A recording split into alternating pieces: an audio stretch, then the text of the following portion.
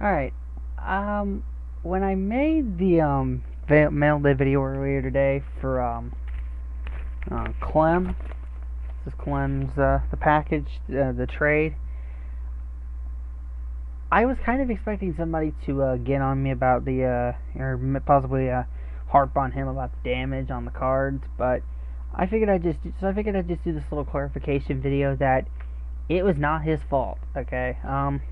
First of all, hide his address here. You can tell that the bubble malware that it's in. Oh, Stick those over his address. oh, okay. I'll stick these over his address. Yeah, that works. You can tell that the bubble malware that's there. You can tell the bubble malware is pretty beat up. It's got. And this wasn't his fault. This is the first sign that it wasn't his fault. The bubble malware, as you can tell, it's got a bend in it. It's got bends all over it. And if you saw my parents' mailbox outside, then you'd kind of figure out why this is damaged like this. Because let me basically give you a dimension of how, narrow this thing is. It's like a rectangle. A long rectangle. I'm going to try and do a little. That's sort of the best drawing I can do of it. It's sort of like this in shape. Only a lot bigger, obviously. Does that represent it right there? Mhm. It's sort of like this in shape, only it's a lot bigger, obviously. It's actually about as wide. But damn it! The headset falls off again! I hate this thing. Okay, anyway. On to the cards. I would like to say that for what I've looked at, there is actually not really any noticeable damage on the Bobby Crosby. Partially because it's white bordered, because that's what Topps does. Thank you, Topps. There's no damage on the face of it. There's no damage on the back. There might be some damage on the sleeves, but he also packed it in some of the singles. He packed in these top loaders right here, and the jersey cards were sandwiched in the top loaders, and it was also wrapped very nicely in this paper. So Clem did a very good job shipping, so that's not the reason why these were damaged. Here was the biggest damaged card, the Stephen Drew. If you can look closely, and I think it's easier if I take it out of the sleeve, that is not his doing. It's not bent, but it is really badly damaged on the front. There's a little crease mark right here where on the name. There's damage on the top. All the corners are really badly damaged. On the front, it looks only like 3 corners are really badly damaged. But if you look on the back, all 4 corners on the back are really badly damaged. And if you look even further on the back, there's creases and stuff on the back too. But like I said, that's not his fault, and I'll get into even show you that also. The Albert Pujols, it's a little less damaged, but there's one really bad corner. And the rest of the corners are not in the worst of shape, but not the best it could have been in. I will say this though, the Jason Bay has no damage on it, and neither does the Matt Kemp, as best I could tell. No, there's no damage on that.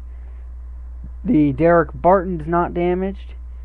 The Griffey is damaged, but not that much.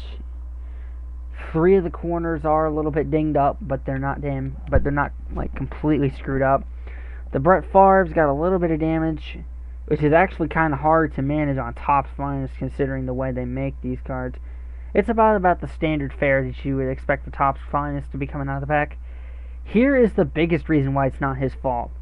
This is the Nolan Ryan White Suede numbered 43 of 50 from 07 Sterling. Look at this. This is the top loader that it came in. You think he could actually do that without damaging the card itself? I don't think so. I highly doubt that he can. And the only way he would be able to do that is if he cut the top loader up before he put the card in. And I seriously doubt that he would cut up his own top loaders, because that's just stupid. Why would you do that? Here's further proof. The sleeve's damaged too. See where I'm picking it up?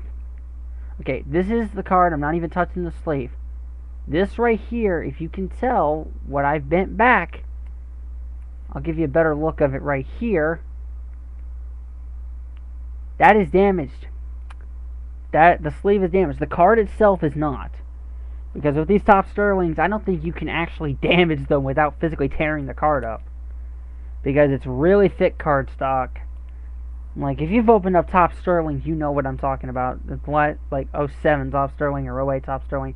These cards, you really can't damage them. I mean, it's really thick cardstock. And plus, who would want to damage such a beautiful card? Because this is actual suede.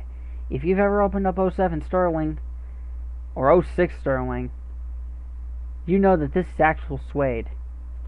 I mean, I've liquidated his assets and split it between. I've had both members of my family look at this. Mom says it's nice and nice and squishy or something.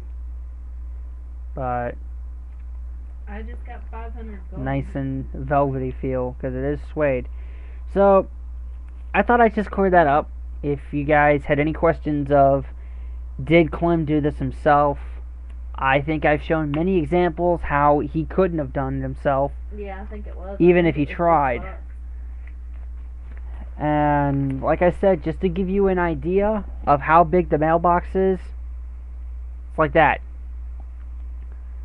It is about this wide, this shape that I'm doing. Actually, it might not be as wide as this shape is. Okay, it's about as wide as this shape.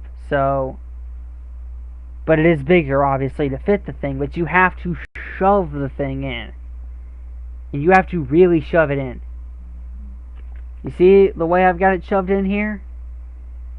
Imagine if you had to shove it in that much. You have to shove in a bubble mailer like that into the mailbox. So, I just thought I'd clear that up. My mom will chew out the mailman for it, because that's what she's good at. She's good at chewing out people. I mean that in a good way. What I mean by that is, she's better at, she's good at, if someone screws something up, she'll let you know about it, and the next time the same situation pops up, they'll do a much better job of it. That's basically what I'm trying to say here. They're like, you're insulting your mom. I'm like, shut up! It's not what I'm doing. So, like I said, I've shown many examples how this is not Clem's fault. Thank you very much for the trade. I've got a couple more people that I'm trading with. I've got 2 more shipments that are going to hopefully will get up here on Thursday. Because if they don't, then there will be the tedious process of getting that stuff from up here put back down there.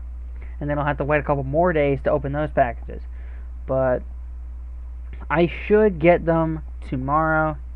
And the Johnny at 242's package and Medium Bit 69, those packages are being shipped to North Carolina.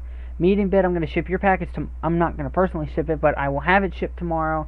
Because my dad didn't know whether or not he should have shipped it priority or whatever. Because he saw it there and we didn't give him any advance warning. So, that will be shipped tomorrow. Hoping that Clem got his cards in safe condition. He should have, considering, you know, his mailbox isn't the size of a rectangle. But, anyway, that's it. Figured I'd clarify what's going on here. Wasn't Clem's fault. He's innocent, I tell you, he's innocent. And one last note before I go. I actually probably will buy a box of 2007 Top Sterling. Because I really like the look of these cards. And I've seen a 10 box case open up by somebody on YouTube. And I've seen a bunch of Sterling open up. So I figured I might get that for a Christmas box break. My annual Christmas box break, which will be amplified by my money takings for my 18th birthday. So, I leave you with a burp and the new Sunkist can. Peace.